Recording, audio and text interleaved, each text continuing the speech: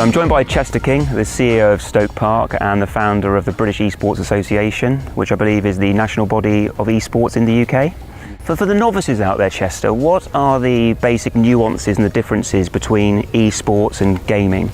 Yeah, so the definition of esports is organised competitive video gaming, and it's the difference between games and kind of playing in a competitive way. So if a publisher creates a title, people start playing it, and then the publisher will go, right, how can we play this competitively? And it could be 1 versus 1 up to 6 versus 6, or even 7 versus 7. The kind of norm is 5 versus 5. The reason why sport is in it is because you're trying to beat another human. Esports is always human versus human, as opposed to gaming, which can be against a computer. Obviously, over recent months, we've seen a lot of activity around Formula One, golf, the European Tour's E-Tour, and now the inaugural sort of RNA E-Open.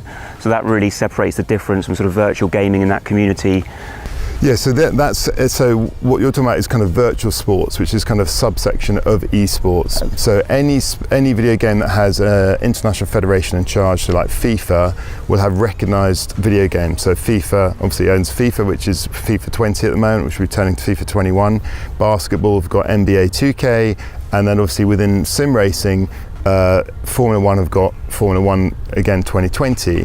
So what we would call those are kind of virtual sports, or some people would call them esports. The interesting point is around things like Swift, which is an indoor cycling game. You know, is that a video game? Is it an esport? Is it a virtual sport? And I think most people would say, look, you're cycling indoors, so it's more of a virtual sport, but you're doing it where you're cycling against other people. So there is a bit of a crossover, but what I'd say is traditional esports, games like League of Legends, Call of Duty, CSGO, Overwatch, are very clearly video games that you play on a controller or on a PC. Interesting.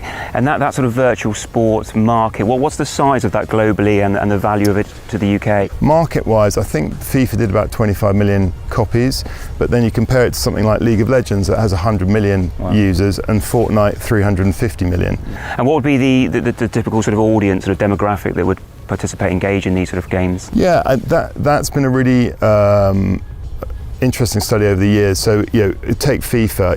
In America, there are a lot of people that have learnt the offside rule, have learnt about football and who the players are, the heroes are, through playing FIFA. So in America, it's a slightly different audience and age group there. And F1, traditionally, from a terrestrial point of view, obviously it's an older audience, but now what's happening is some of these stars that are drivers, there's Lando Norris has been incredible during lockdown. So he's an avid gamer, he did incredibly well, and what he does is an online platform called Twitch, and he's got, probably hundreds of thousands of followers. So if he plays Call of Duty, or if he goes driving, or whatever he does, and because of that, he's attracted a younger crowd, and then that crowd are watching him in Formula One. So the gaming group, the racers, the sim racers, are definitely a younger crowd, but it's interesting where they meet.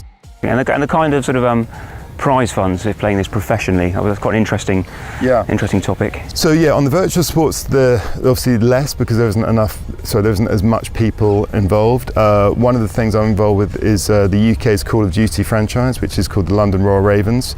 Yeah, and we've got it's the playoff and the finals next month, August, and the winning team will win $2 million of 5. But I think within F1 and FIFA, prize pools around 50 to 100,000. So obviously, the more people you get, the more prize money you get, the more sponsorship you get as well. So I think so.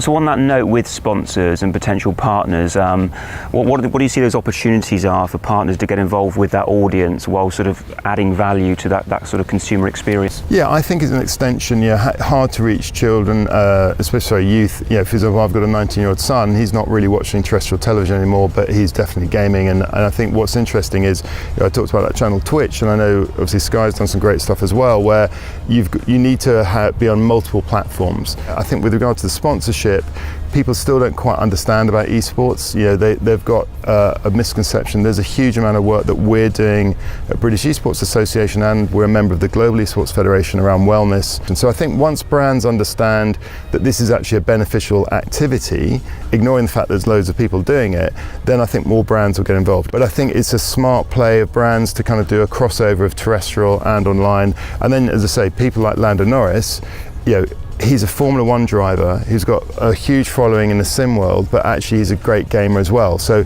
you're going to have these characters, these influencers come up who traditionally weren't, brands wouldn't have thought of as people like that. So just talking a little bit about the risks and the challenges, it sounds as though the perception and the awareness are two big factors.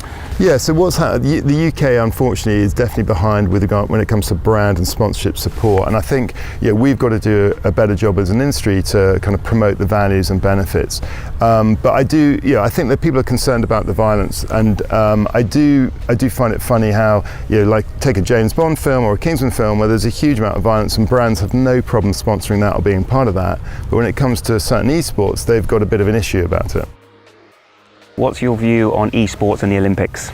Yeah, so I sit on the Esports and Gaming Liaison Group for the IOC, and for the last 2 years we've been discussing about esports and more importantly about virtual sports. And what's interesting is they're very focused about every sport should have a gaming strategy, and this is important. So I think what you'll see is probably not a full medal event, but what you'll see is esports activity around Paris 24 and LA 28.